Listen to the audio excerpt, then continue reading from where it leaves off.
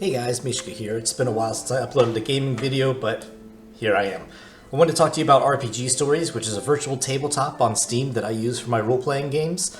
It can cover a variety of eras, such as modern day, medieval fantasy, Fallout, Star Wars, and the maps you can create are huge. If you're looking here, this is just a sprawling layout that I've created.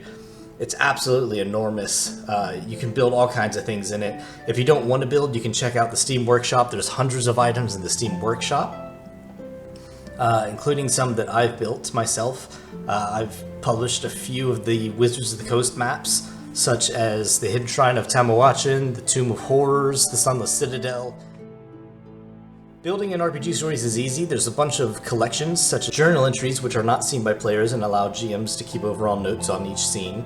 The quest notes, which you place in the scene for more detailed notes. Players can't see these either. In this case, I've got a read to players note, a room description note, and a magically sealed door note. There's the ground selection tool, which you can choose to change what the ground looks like. There's a room builder where you can select a floor and wall combination you like, or choose one of several presets to simply draw a box and have it create the room for you. Soon this will include AI similar to Dungeon Alchemist, where it can automatically fill out the room as well for you. In this case, I'm just choosing a bunch of different presets and showing you what they look like. There's the floor selection where you can either draw on the ground, like so, or if you click a hotkey or you just choose a button up by the menu option, you can paint as well. There's also the wall selection where you can build what walls look like. You can also do diagonals, as I'm showing here. That's something that people ask a lot, is can you do diagonal walls? Yes, there's diagonal walls, and you can just drag and drop in order to create a room as well. There's also fences. Fences are very, very much like walls, but different sizes. So for instance, this fence right here, kind of a sci-fi looking one inside of this little base that I'm creating. There's the doors, which as far as I know, all have an open and closing animation.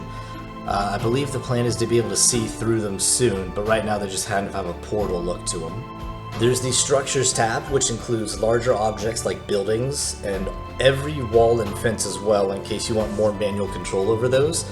So in this case, there's a couple of goblin assets that I'm placing out here that you can see, just to show you how quick and easy it is to build a map if you so chose. So this is a little goblin, the front of a goblin encampment, if you will. Objects, which are smaller assets like weapons, decoration, and furniture. These are what you use to really fill out the scene.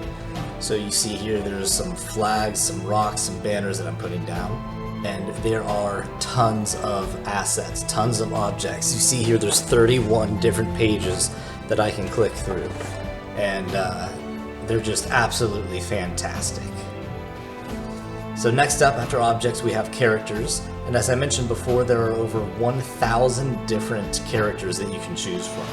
Some of them are similar, like you'll see mimics here in a second, that all look fairly similar, but they have enough differences to make each one a little unique. And they cover a variety of eras, such as sorcery, Star Wars, etc. Next, you have sky and weather, where you can change between several weather presets, including rain, pollen, leaves blowing, snow, clear or cloudy days, or interior, depending on how you see fit. The Fog of War tab allows you to hide scenes by placing black or white blocks over the scene. So in this case, you can either draw or, like I said before, draw a little square and let it fill in for you. Now, the cool thing about all these layers, all these tabs, is that you can disable them on your end so that you can't see them anymore, but your players still will. So if you wanted to hide the Fog of War for yourself, as I've done here, you just click a button and that's all it takes. The next tab is the VFX tab, where you can select things like electricity, poison gas, fire, and many others. In this case, I'll load up a project where I've actually used the poison gas, and you can see what it looks like in play. So here I've got a poison gas corridor behind a door that players will have to go through. Next up is 2D assets. These are new to RPG Stories, and instead of having a library of their own, they allow you to upload your own. So just going to File and Import 2D Asset allows you to upload your own. In this case, I've got a whole bunch of gun bullet hole assets that I've put into a Fallout shooting range. Color grading gives you plenty of options for what you want your scene to look like. You can make a desert scene, so kind of Fallout New Vegas in this case. You can make it a volcano looking one.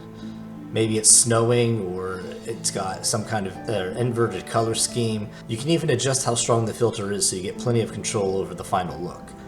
Custom objects that people have created and uploaded to the Steam Workshop. GM tools where you can create walkable areas, which is everything by default. Unwalkable areas and player spawn points. And last but not least, Hero Forge imports. Yes, RPG Stories is teamed up with Hero Forge and you can import your own characters from there. So why am I making a video about this? They've got a Kickstarter going to bring even more ambitious progress, and I wanted to do my part by sharing the news. They're close to their goal, and there's plenty of overlap between my viewer base and the people who would be interested. So if it sounds like something you'd enjoy, click the link in the description and take a look at their Kickstarter page. Hopefully you find something you enjoy. Personally, I unlocked the player seats and got me the GM version, and I've logged over 300 hours and I'm still going strong. Thanks for watching, and as always, happy hunting.